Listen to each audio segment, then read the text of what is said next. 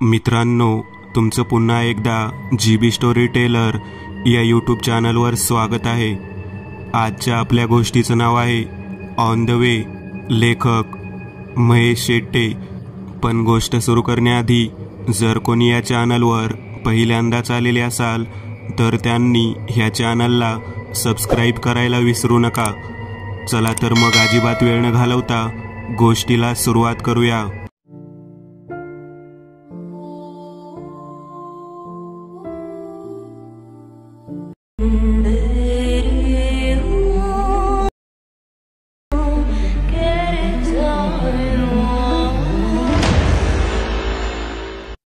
कित्येक महिन्यानंतर आज लोणावळ्याला जाताना विशांत खूप खुश होता। आपल्या फार्म हाऊसवर जाऊन मस्तपैकी नॉनव्हेज खाऊन दारू ढोसायची आणि तिथल्याच एका ओळखीच्या एजंट मार्फत एखादी मदमस्त तरुणी गाठून मजा मारायची असा त्याचा बेत होता। आणि त्याला कारणही तसंच होतं। गेल्या 5-6 महिन्यात कोर्ट कचेरी आणि पोलीस स्टेशनच्या वाऱ्या करून तो हैराण झाला होता। त्यामुळेच हा सर्व शिनवटा घालवण्यासाठी मस्तपैकी एन्जॉय करायचं त्याने ठरवलं होतं। 4 दिवसापूर्वीच कोर्टाने त्याची निर्दोष म्हणून मुक्तता केली होती। त्याने निवडलेला अनुभवी व निष्णात वकील आणि योग्य त्या पुराव्यांच्या अभावामुळे त्यानेच रिचाचा खून केला आहे हे पोलीसही सिद्ध करू शकले नाहीत आणि तो मोकाट सुटला। त्या बदल्यात त्याला फक्त त्या वकिलाची भरभक्कम फी तेवढी द्यावी लागली होती। पण त्याच्यासारख्या श्रीमंत, चंचल आणि बेफिकीर माणसाला याची काहीच पर्वा नव्हती। एकदाचं कोर्टाचं प्रकरण निकाली लागलं आणि आता आपण पुन्हा एकदा सभ्यतेचा बुरखा पांघरून उजळ माथ्याने समाजात वावरू शकतो हेच त्याच्यासाठी पुरेसं होतं। त्याच कारणाने लोणावळ्यात प्रवेश करताच त्याच्या मनात असंख्य आठवणी जाग्या झाल्या। हे शेवटचे 6 महिने सोडले तर प्रत्येक शनिवार रविवार तो आणि रिचा मुंबईवरून त्याच्या कारने लोणावळ्याला जायचे व 2 दिवस त्याच्या फार्म हाऊसवर मौज मजा करून पुन्हा मुंबईला परतायचे। लोणावळ्याला जाताना तिसऱ्या कोणाचा व्यत्यय नको म्हणून तो स्वतःच्या ड्रायव्हरलाही बरोबर घ्यायचा नाही। तो स्वतः कार चालवायचा आणि रिचा त्याच्या बाजूच्या सीटवर बसायची आणि हसत खेळत मस्ती करत ते प्रवास करायचे। दर आठवड्याला रिचाला वीकेंडचे 2 दिवस ऑफिसला सुट्टी असल्यामुळे हा त्यांचा नित्यक्रम ठरला होता। गाडीच्या वेगाबरोबर त्याच्या विचारांचाही वेग वाढला होता। रिचाचा खून झाला त्या दिवशीही ती दोघे अशीच त्याच्या फार्म हाऊसवर चालली होती। त्या दिवशी रिचा नेहमीसारखी मस्तीच्या मूडमध्ये नव्हती। प्रवास सुरू झाल्यापासून लोणावळ्याला पोहोचेपर्यंत ती शांतच होती। त्याने तिला खुलवण्याचे अनेक प्रयत्न करून पाहिले पण ती त्याला नेहमीसारखा प्रतिसाद देत नव्हती। शेवटी वैतागून त्याने एका निर्मनुष्य रस्त्यावर कार थांबवली व तिला तिच्या अशा वागण्याचं कारण विचारलं। आपण आधी फार्म हाऊसवर जाऊ आणि नंतर आरामात बोलू असं ती त्याला म्हणाली। पण विशांतकडे तेवढी पेशन्स नव्हती। ठीक आहे असं बोलून तो कारमधून खाली उतरला आणि जोपर्यंत तुम्हाला काही सांगत नाहीस व बोलत नाहीस तोपर्यंत गाडी इथून पुढे जाणार नाही असं त्याने तिला ठणकावून सांगितलं। त्याचा हट्टी आणि हेकेखोर स्वभाव माहीत असल्यामुळे तो आपलं ते खरं करणार याची रिचाला खात्री होती। त्यामुळे तीही कारमधून खाली उतरली आणि त्याच्या जवळ गेली। पुढच्या 5-1 मिनिटात तिने त्याला आपण इतकी काळजी घेऊनही कसे गरोदर राहिलो आणि आता समाजातील बदनामीपासून वाचण्यासाठी आपल्याला लवकरात लवकर लग्न करणं किती गरजेचं आहे ते सांगितलं। उत्तरादाखल जेव्हा तिने त्याच्याकडे मोठ्या अपेक्षेने पाहिलं तर तो तिने एखादा विनोद केल्यासारखा हसत होता। एवढंच ना, त्यात काय मोठं, गर्भपात करून घे तू, अत्यंत थंड आणि निर्लज्ज सुरात तो म्हणाला आणि ती त्याच्याकडे पाहतच राहिली। तिला धक्काच बसला होता। इतके महिने आपल्यावर भरभरून प्रेम करणारा विशांत आपल्या भावना समजून घेईल आणि परिस्थितीचं भान ठेवून आपली जबाबदारी उचलेल अशी तिची अपेक्षा होती। पण तिचा अपेक्षाभंग झाला होता।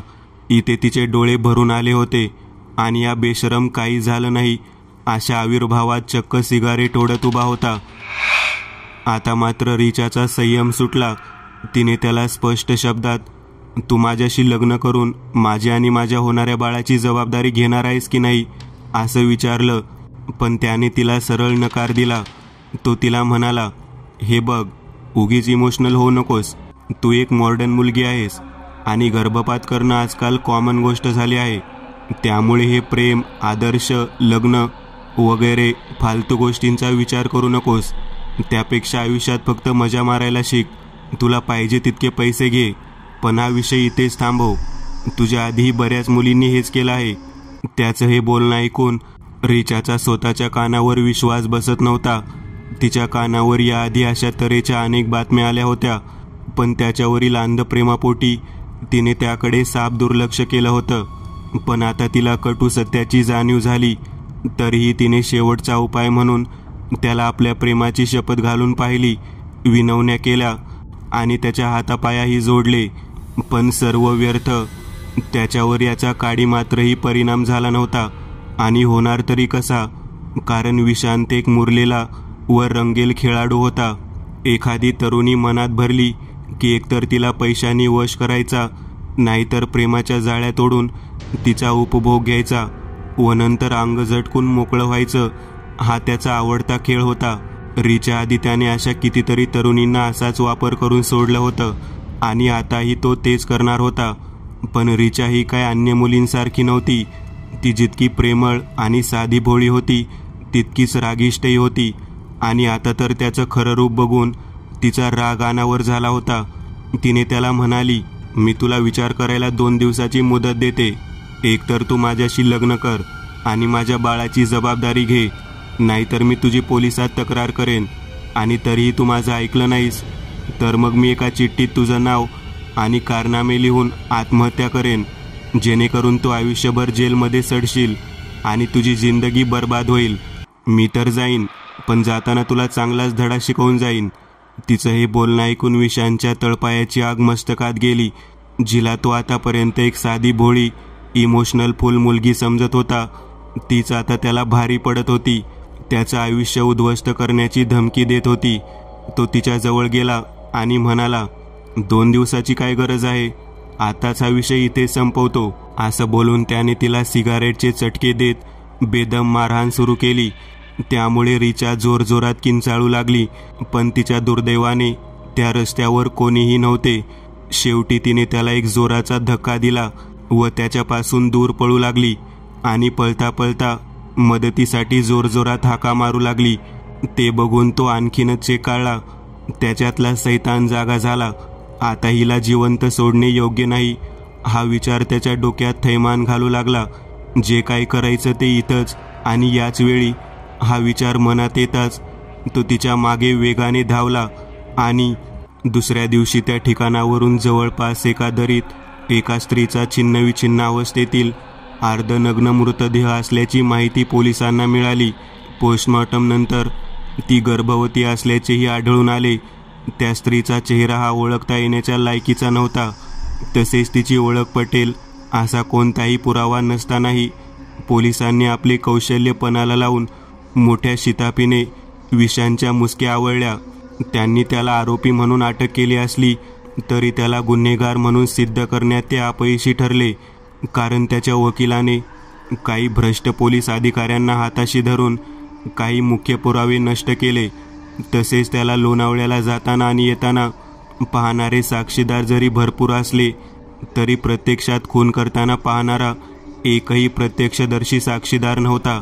यामुळे तो निर्दोष सुटला.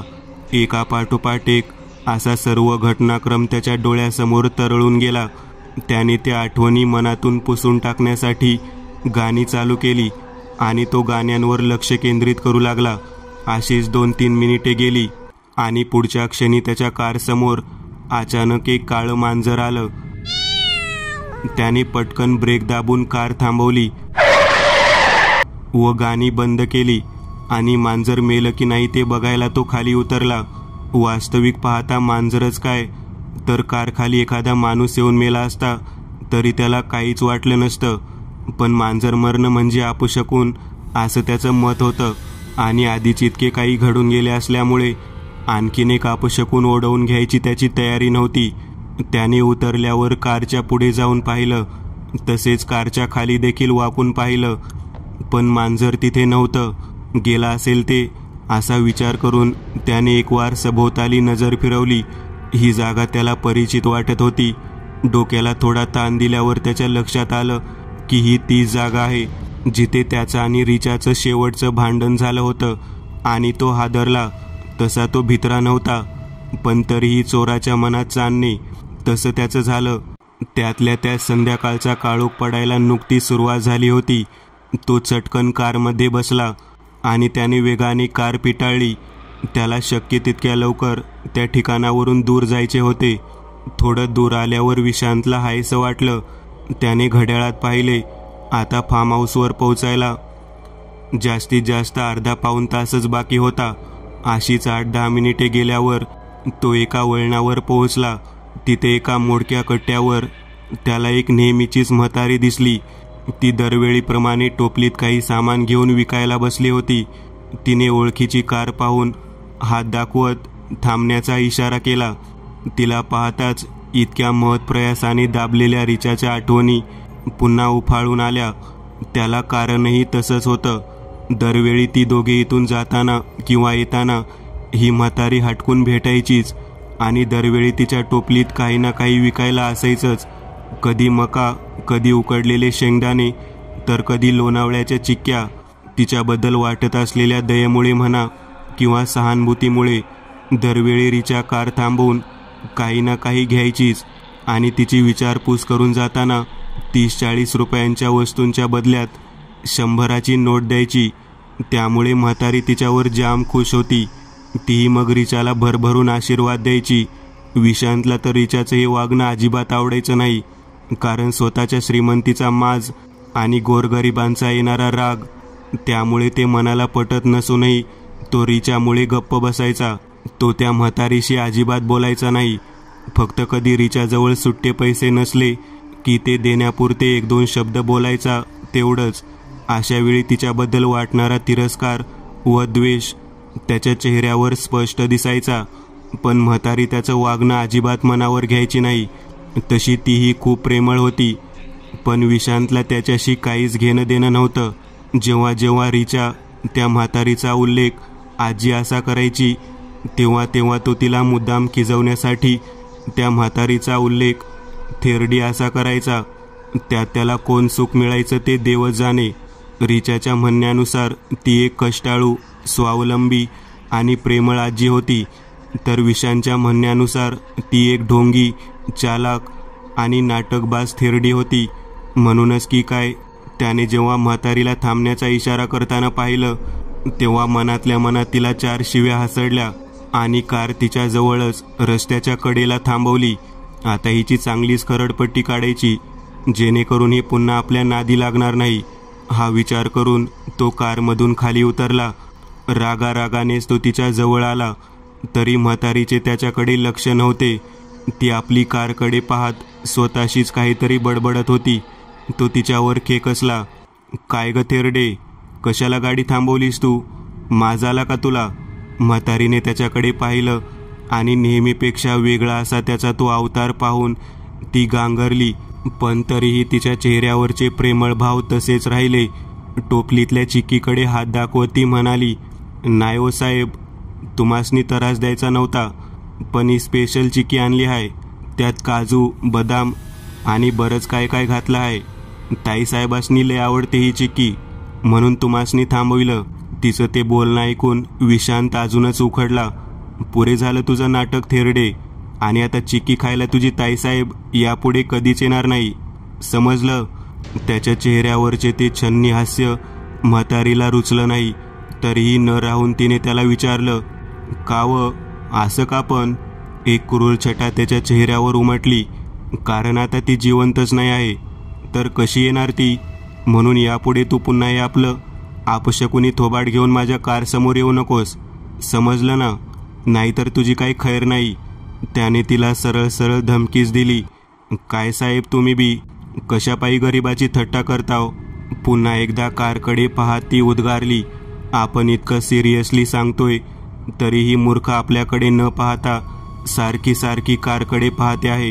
हे बघून तो आणखीनच भडकला. थट्टा कसली ग थट्टा? थेरडे, एकदा सांगितल्यावर तुला कळत नाही काय? मेली ती, बरोबर याच तारखेला 6 महिन्यापूर्वीच मेली. आणि कारकडे काय बघतेस ग इतकं सारखी सारखी? कारमधल्या वस्तू चोरी करायचा विचार आहे की काय तुझा? एवढं बोलून तो तिची प्रतिक्रिया काय येते याची वाट पाहू लागला. कारण आज या म्हातारीची खाशी खोड मोडायची असा निश्चयच जणू त्याने केला होता. आता मात्र म्हातारीच्या कपाळाला आठ्या पडल्या. चोरी करायची सवय असती ना तर आता हे घेऊन इथं विकत बसली नसती म्या. थोड्याशा नाराजीच्या सुरातच ती बोलली. आणि साहेब, किती बी राग असला तरी माणसाने इतकं बी खोटं बोलू नये. आता मात्र विषांचा संयम सुटत चालला होता. काय ग थेरडे, काय खोटं बोललो मी? दात ओठ चावत त्याने तिला विचारलं. आहो साहेब, केव्हापासून तुम्ही सांगताय की ताईसाहेब मेल्यात म्हणून? मग त्या कोण आहेत? कारच्या मागच्या सीटवर इशारा करत ती म्हणाली. ताईसाहेब सारख्याच दिसणाऱ्या गाडीच्या मागल्या बाजूला बसल्या त्या. एक चुकलेला रस्ता. 20 डिसेंबरची ही घटना. वेळ रात्रीचे 9. ठिकाण नेरळ रेल्वे स्टेशन. रात्रीची वेळ असल्याने प्रवाशांची वर्दळ अगदीच कमी होती. पण नेरळहून पुढे काही पर्यटन स्थळे आहेत. तिकडे जाणाऱ्या प्रवासी वाहन चालकांची मात्र भाऊगर्दी झाली होती. 6 अनोळखी मित्र, पहिल्यांदाच भेटलेले, एकमेकांच्या स्वभावापासून अगदीच अनभिज्ञ. कोण कधी काय करेल किंवा काय करू शकतं याचा किंचित देखील अंदाज नाही. मंग्याच्या वाढदिवसासाठी भेटलेले. एक चुकलेला रस्ता. अचानक रोह्याने ओव्हरनाईटचा प्लॅन केला आणि किशाने तो ओव्हरनाईट कुठे करायचा यावर शिक्का मारला. माथेरानच्या आसपास कोतळगड नावाच्या एका किल्ल्यावर ओव्हरनाईट करायचा बेत आखला गेला. हासिमने त्याच्या मराठी शाळेची काचकूच करीत अखेर ओव्हरनाईट करायचं मान्य केलं. सुब्याला काही पर्यायच नव्हता. त्याने नेरळ स्टेशनला जेवण केलं. खाण्यासाठी काही खाद्य सोबत घेतलं. आता कोतळगडला जाण्यासाठी अर्ध्या रस्त्यात खाजगी वाहनाने आणि उरलेल्या रस्त्यात रेल्वे ट्रॅकने पायी जायचं ठरलं. पण कोतळगड नक्की कुठे आहे याबद्दल कोणालाच माहिती नव्हती. मग काय, तोंड तर सोबत होतंच की. त्यांनी तिथेच उभ्या असलेल्या वाहन चालकांना कोतळगडच्या रस्त्याबद्दल विचारले असता वेगवेगळी उत्तरं मिळाली. ते ऐकून या 6 जणांच्या बोऱ्या उडाल्या. 6ही जण फुल ऑन कन्फ्यूज झाले. आता काय करायचे? एवढ्यावर येऊन पुढचा प्लॅन रद्द तर करता येणार नव्हता. मग आता पुढे काय? तरी कृष्णाने इतर चालकांपासून दूर उभ्या असलेल्या एका माणसाला कोतळगडाविषयी विचारले असता त्याने तो गड माथेरानच्या डोंगरामधून पुढे माथेरानच्याच विरुद्ध दिशेला असणाऱ्या डोंगरात आहे असं अगदी ठामपणे सांगितलं. आता अशा द्विधा मनस्थितीमध्ये जी व्यक्ती ठामपणे बोलत असेल अशा व्यक्तीवर आपले मन लगेच विश्वास ठेवेल. त्यांनी देखील हेच केलं. त्या अनोळखी वाहन चालकावर अगदी सहजतेने विश्वास ठेवला आणि इथेच यांची फसगत झाली. ज्या वाहन चालकाने त्यांना कोतळगडाविषयी माहिती दिली त्याच्याच गाडीत हे 6 जण बसले आणि दंगामस्ती करीत करीत गाडी घाट चढू लागली. रोह्या आणि सुब्या पुढे त्या चालकाजवळ बसले होते. रोह्याची मस्ती चालली होती पण सुब्या मात्र अगदी शांत बसला होता. त्याचं त्या वाहन चालकाकडे आणि त्याच्या हालचालीकडे एकदम बारीक लक्ष होतं. रोह्याने सुब्याला 2-3 वेळा गप्पा मारण्यासाठी प्रवृत्त करायचा प्रयत्न केला पण सुब्यानं रोह्याकडे रागाचा कटाक्ष टाकला. रोह्याला सुब्याच्या त्या कटाक्षात एक प्रकारची गोपनीयता दिसली आणि रोह्या घाबरून पूर्ण घाटात गप्प बसला. सुब्याची शांतता म्हणजे जणू तो त्या चालकाकडून संमोहितच झाला होता. इतकी भयानक वाटत होती. मध्येच थंडीची झुळूक अंगावर शहारे आणत होती. सगळ्यांच्या चेहऱ्यावर चमक होती. आज रात्रभर फुल ऑन धिंगाणा, खूप सारी मस्ती आणि खूप साऱ्या गप्पा गोष्टी आणि बरेच काही. घाटात गाडी एक वळण घेऊन चढत होती. एक वळणावर चालकाने जोरदार ब्रेक मारून गाडी थांबवली. किशा आणि हासिम त्याला विचारू लागले काय झालं म्हणून. त्याने दोघांकडे फ्रंट रिअर मिररमधून पाहिलं. त्याची ती करडी नजर अनुत्तरित होती. त्याने मारलेल्या त्या जोरदार ब्रेकमुळे जणू सुब्याचं संमोहन भंग पावलं होतं आणि सुब्या जागा होऊन विचारत होता काय झालं. तो चालक म्हणजे एक भयानक प्रकार होता. अख्ख्या रस्त्यात एक शब्दाने देखील बोलला नाही. त्याचा अवतार देखील एकदम भयानक होता. दाढी वाढलेली, अंधारात सुद्धा त्याचे डोळे लाल पानावल्यासारखे दिसत होते.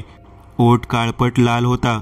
गळ्याभोवती एक काळा मफलर गुंडाळलेला आणि तसाच मफलर डोक्याभोवती देखील बांधलेला. थंडी असून देखील शर्टची वरील 2 बटणे उघडीच. असो, त्याने गाडी थांबवल्यावर लगेच घाईतच गाडीतून खाली उतरला आणि आम्हाला काहीच न बोलता फक्त मान हलवून गाडीतून खाली उतरण्याचा इशारा केला. त्याचे हावभाव पाहून अगोदरपासूनच भित्रा असणारा सुशा मात्र अजूनच घाबरत होता. त्याने तर हनुमानाचा जापच चालू केला होता.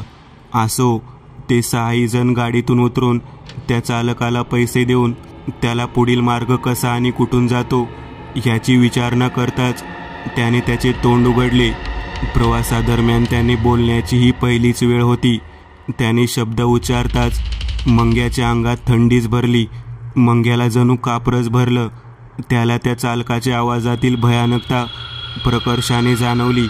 त्याने चालकाचा आवाज ऐकताच 2 पावले मागे सरकण्याचा पवित्रा घेतला. त्या चालकाचा आवाज आता अतिशय घोगरा आणि मगाचपेक्षा खूप वेगळा भासत होता. सुशा आणि मंग्या यांच्या डोळ्यातल्या डोळ्यात काही इशारे झाले. त्या चालकाने त्यांना एका रेल्वे ट्रॅककडे बोट दाखवले आणि सांगितले की या ट्रॅकने सरळ 1 तास चालत राहा. 1 तासाभरात कोथळगड येईल. यांनी आपल्या माना होकारार्थी हलवल्या आणि त्या चालकाला थँक्यू म्हणून पुढे त्या ट्रॅकवर जाऊन उभे राहिले. पाण्याच्या प्रवाहात भोवऱ्याच्या दिशेने वाहणाऱ्या पानाला कुठे माहीत असतं की त्याचा प्रवास विनाशाकडे होत आहे. अशीच काहीशी गत ह्या 6 मित्रांची झाली होती. इथे नियतीने त्यांची दुसऱ्यांदा फसगत केली होती. एक खेळ त्यांच्यासोबत खेळला जात होता. त्याचा सूत्रधार कोणीतरी भलताच होता. हे 6 जण म्हणजे शिकारी एक आणि शिकार अनेक अशी गत ह्या 6 जणांची होणार होती. सगळे उभे असतानाच सुशाचे एका फलकावर लक्ष गेलं. त्याने तो फलक मोबाईलच्या उजेडात पाहण्याचा प्रयत्न केला. त्यावर ट्रॅक नंबर 134 असं लिहिलेलं त्यास दिसलं. त्याच्या मनात एक शांतता निर्माण झाली. त्याला मध्येच कुठल्या हॉरर मालिका किंवा पुस्तकाची आठवण झाली असावी. वेळ साधारण रात्रीचे 10:30 झाली होती. हवेतील गारवा वर चढत हिवाळ्याची जाणीव करून देत होता. लख्ख चंद्रप्रकाश असून देखील ते 6 मित्र काळ्या वावटळाच्या गर्द छायेत चालत होते. चालता चालता त्यांनी त्या डोंगराचे एक वळण पूर्ण केले आणि चंद्र त्यांच्या विरुद्ध बाजूला गेल्याने तो त्या डोंगर आडोशाला झाकून गेला आणि जवळपास पूर्ण वेळ असणारा तो मंद चंदेरी प्रकाश आता अंधारात बदलला होता. तो अंधार एक भयानकता निर्माण करीत होता. ह्या लोकांच्या गप्पा रमल्या होत्या. त्या अचानक येणाऱ्या काळोखाने त्या गप्पा मंदावल्या होत्या. त्या अचानक येणाऱ्या काळोखाने त्या गप्पा मंदावल्या होत्या. मंदावल्या कसल्या? पूर्ण बंद झाल्या होत्या. वातावरणात एक गंभीरता आली होती. सगळेजण रेल्वे रुळावरून जोडीने चालत होते.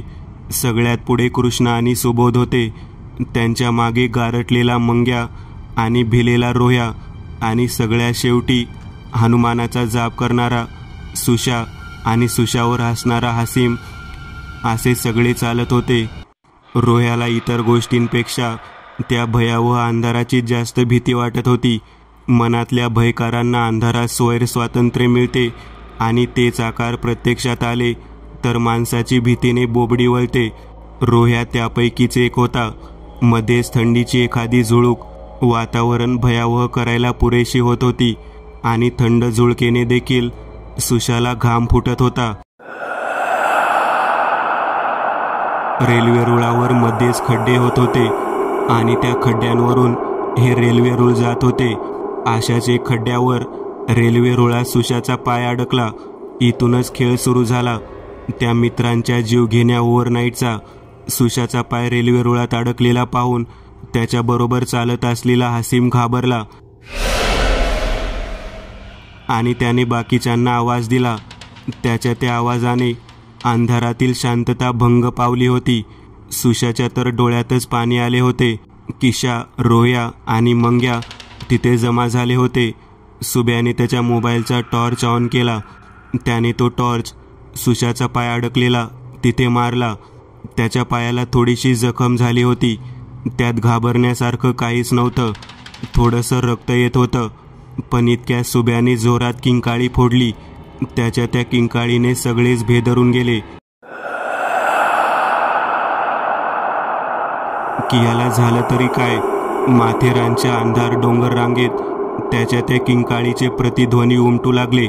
तो क्षण अतिशय भयावह होता. त्या किंकाळीने जणू त्यांच्यावरील भीतीचे सावट जणू अजूनच गडद केले होते. सुब्याच्या त्या विस्मित किंकाळीने झोपलेले रातकिडे जणू जागे झाले आणि किरकिर करू लागले.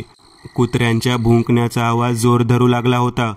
सुब्याने ओरडतच सुशाचा पाय जिथे अडकला होता त्या खड्ड्याकडे बोट दाखवून इशारा केला.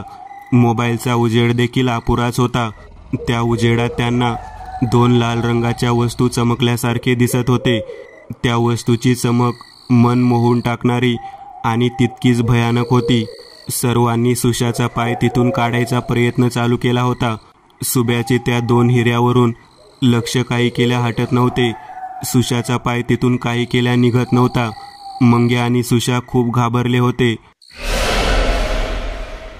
रोह्या सुशाला धीर देत होता आणि किशा आणि हसीम सुशाचा अडकलेला पाय मोकळा करण्यात गुंतले होते. इतक्यात मंग्याने देखील त्याच्या मोबाईलचा टॉर्च ऑन करून सुशाच्या पायावर उजेड टाकला आणि आता मात्र सगळ्यांचीच बोबडीच वळली, कारण त्या चमकणाऱ्या 2 वस्तूंची हालचाल होत होती. मंग्याने त्याचा मोबाईल त्या वस्तूच्या अजून थोडा जवळ नेला आणि त्यानंतर त्यांनी जे काही पाहिलं ते शब्दात खरंच वर्णन करण्यासारखं नाहीये. त्या चमकणाऱ्या 2 गोल गोष्टी दुसरं तिसरं काही नसून तिथे एक काळं मांजर होतं जे की अस्पष्ट दिसत होतं आणि त्या मांजराच्या समोर काही मांसाचे तुकडे पडले होते. ते पाहून सुशाने पायाला जोरात हिसका दिला आणि त्याच्या पायाच्या अंगठ्याचा नख उखडला गेला. तो जोरात ओरडला. त्याच्या अंगठ्यातून रक्ताची धार लागली होती. खड्ड्यातील मांजराने त्याच रक्ताच्या धारेला तोंड लावले. ते पाहून सुशाचा तर पारच धीर खचला. सुशा आता थरथरत होता. त्याची बोबडी वळली होती. सगळेजण घाबरून गेले होते. मंग्याला तर जणू कापरच भरलं होतं. सुशाचा पाय तिथून कसाबसा निघाला. खरंच एवढं घाबरून देखील धीरानं वागणाऱ्या सुशाच्या तेवढ्या धाडसाची दाद द्यायलाच हवी. एवढा घाबरून देखील त्याने भीतीला स्वतःवर हावी होऊ दिले नाही. हेच लाख मोलाचं धैर्य. एवढं सगळं घडत होतं. सगळी पोरं घाबरली होती.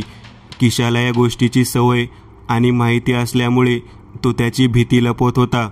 हासिमच्या हलक्या फुलक्या विनोदातून हा गंभीर प्रसंग झाकून जात होता. मंग्या पण वातावरण हलकं करायचा प्रयत्न करत होता, पण रोह्या त्याची भीती लपवू शकत नव्हता. त्याच्या डोळ्यात पाणी आलं होतं.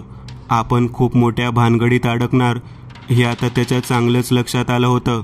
आणि सुब्या एवढं सगळं घडत असताना शांत कसा काय बसू शकत होता काय माहीत. पण तो असा नव्हता मुळात. कसल्या ध्यानात मग्न होता तो कोणास ठाऊक. घडेल त्याचं न दुःख होतं, न क्लेश, न भीती. त्याच्या चेहऱ्यावर कसलेच भाव नव्हते. त्याचा चेहरा भावशून्य होता. मित्रांनो, आज पुरतं एवढंच. तुम्हाला जर काही गोष्ट आवडली असेल तर नक्की लाईक करा.